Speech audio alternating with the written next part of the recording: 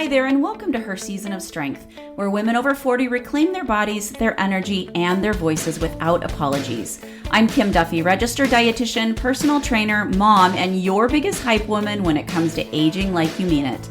This show isn't about chasing skinny or counting wrinkles. It's about building real strength, physical, emotional, and hormonal. Each week, I'll share straight-talking nutrition tips, sustainable fitness strategies, and conversations that help you feel powerful in your skin once again. Menopause isn't an ending, it's only the beginning. This is your season of strength. Hi there, and welcome back to Her Season of Strength. I am so glad you're here today, and thank you for just taking a couple minutes out of your day to listen in. So before we dive in, I want to share a little story from my college years. So looking back, I realized I was completely wrecking my metabolism without even knowing it. I was restricting calories, living on low nutrition foods like popcorn and chips and mac and cheese and whatever else I could get out of the vending machine or grab at the dorm cafeteria. And I was spending all of my workout time on cardio instead of strength training. And I couldn't understand why I was always sick or running on empty or low energy. Hindsight is 2020, am I right? And honestly, I know I wasn't alone. So many women in high school and college fall into that same pattern of under-fueling and over-exercising, thinking it's the way to be quote-unquote healthy. But what we don't realize until later is how much that chips away at our energy, our immune system, and yes, our metabolism. So that's why today I want to break down what metabolism actually means, because it's a word that gets thrown out around all the time. And I want to share how we can support it, especially as we move through perimenopause and postmenopause. And trust me, it's simpler than most people make it. But before we dive in, I'll give a little quick life update. Well, first of all, I am recording this in advance of me going to Huntsville for my my grandson's birthday, my grandson's birth date. So sorry, I can't give any updates about that, but I'm hoping when I come back, when the podcast that comes out on the 18th, on the 25th, I'll be able to give a little more information then. So when this comes out on September 18th, we are going to be getting ready for the public launch for my Fit After 50 program, which kicks off on September 29th. It's designed around all the things that we're going to talk about today, like strength training, smart nutrition, building energy, and boosting metabolism for the long haul. I'm going to put the link in the show notes so that you can check it out if something like that interests you and if you're looking for kind of a way to get more consistent around these areas. So first of all, I just want to touch on what metabolism means. Let's start with the basics. Metabolism, all it means, it's how your body converts food that you're eating into energy, okay? It's not this mysterious thing. It's literally your body at work running all of your systems, all of your organs, your breathing, your basic movements.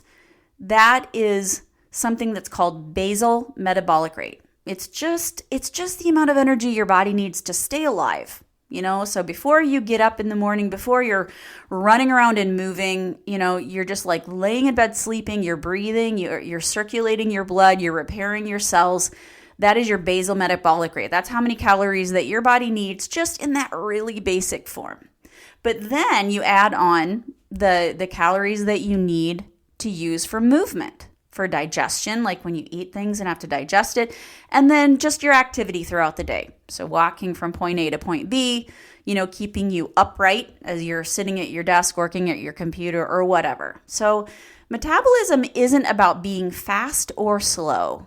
Granted, I'll tell you, there's, genetics can play a part. You hear about sometimes people that have been thin all of their life and they can't gain a pound, right? They can eat loads and loads of calories and they can't gain a pound.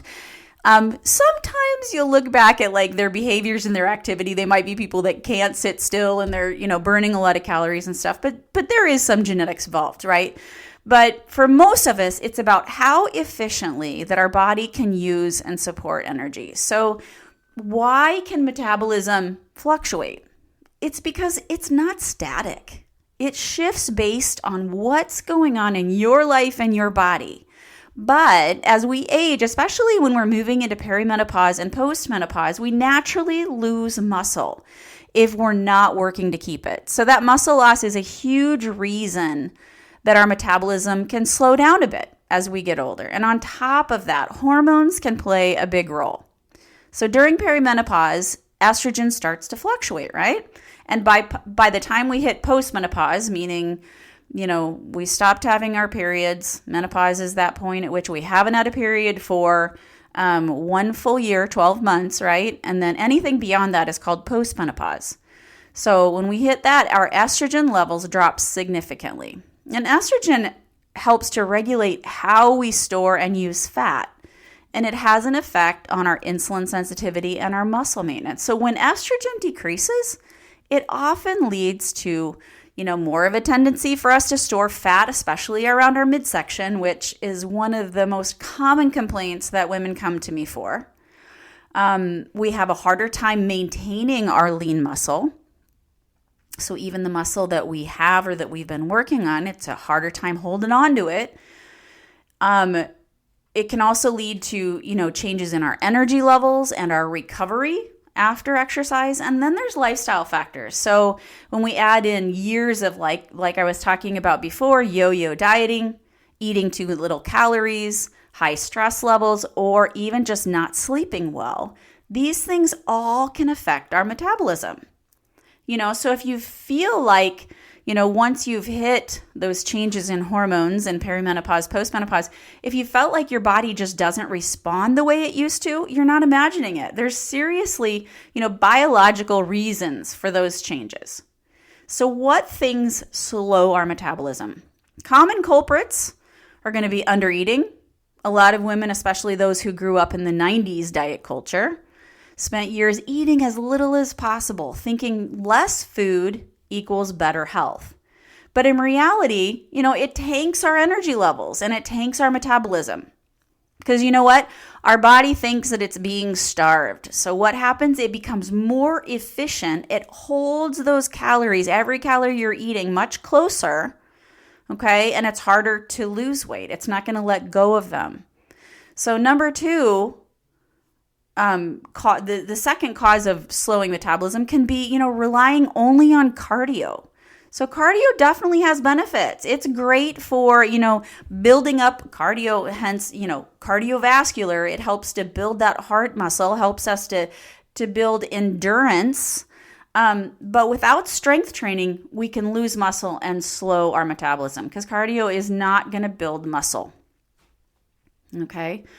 We need that resistance training, that extra gravity on our muscles, and we need to fatigue them. And I've talked about this in almost every single episode, but just the importance of, challenging those muscles and fatiguing them. And through that rest and recovery and adaptation, that's how we get stronger, and that's how we can build muscle.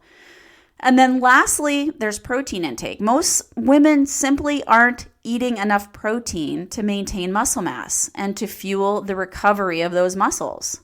So all of these 3 things combined can leave our metabolism affected and can leave it slower than what potential we might have for that metabolism. So what are some ways that we can actually support or boost our metabolism? Here's the good news is you're not stuck with the metabolism you have today. If you are challenged, if it is slow, you can absolutely support it and even improve it. Strength training is one of the most powerful tools, and I say it all the time. Muscle is more metabolically active than fat. So meaning the more muscle we have, the more energy our body needs and burns at rest. So when we pair that with eating enough protein, you're giving your body those raw materials it needs to build and to keep that muscle. The next way to boost and support our metabolism is just fueling our body consistently, which means we're not skipping meals or going for long periods of time without eating. We're not constantly under eating. These things can help us to regulate our metabolism and keep our energy levels steady. Just kind of like we talked about here a couple of weeks ago when we talked about the importance of regulating our blood sugars and preventing those highs and lows to kind of keep us with more steady energy levels during the day. And then don't forget about the basics like stress management, good sleep, and just daily movement outside of those strength workouts. And that's where, things like walking, doing chores and laundry and gardening or taking the stairs, they add up and they actually can support our metabolism as well. Obviously, at the end of the day, if we moved around, if we took the stairs more, if we parked further back in the parking lot, if we found ways to move more, we are going to burn more calories at the end of the day than we would have if we had just been sitting at our desk and, not getting up or adding in those extra steps. So when we do these things, the benefits are huge. We're going to have more energy for the day. It's going to promote better weight management without the extreme dieting. It's going to promote a better, stronger immune system. We're going to be able to fight off those illnesses and those colds and the flus and the COVIDs better than we could if we were not fueling our body properly. And it also promotes a body that feels actually capable and independent for the long haul. And come on, as we age, that is our ultimate goal. It's not about just being skinny or being a size 2 or whatever. It's about being functional, being able to be active. It's about, being able to run after those grandkids or travel the world or, do things that you want to do, right? So supporting our metabolism is not about chasing skinny. It's just about creating more energy, creating more resilience, and creating better health as we age. This is one of the reasons why I built the Fit After 50 Plus program, because it's not about quick fixes. It's about teaching women over 50 about the importance of strength workouts, of fueling our body appropriately, and kind of getting consistent with those lifestyle habits that can make a true difference, that keeps our metabolism humming and burning, and it keeps our energy levels high for years to come. Because we know that fatigue is one of the most common complaints when it comes to perimenopause and postmenopause, is it really can hit our it can really kill our energy levels, and part of that can be related to maybe our metabolism isn't as optimized as it should be. So remember, the Fit After 50 Plus program kicks off September 29th. I'd love to see you in there and get to know you a little better. The link is in the show notes if you want to check it out. But for today, the big takeaway that I want you to pull from this is that our metabolism is not fixed. It's not about luck or genetics. It's about how you care for your body. It's by building muscle, fueling with enough protein, managing our stress levels, and moving daily.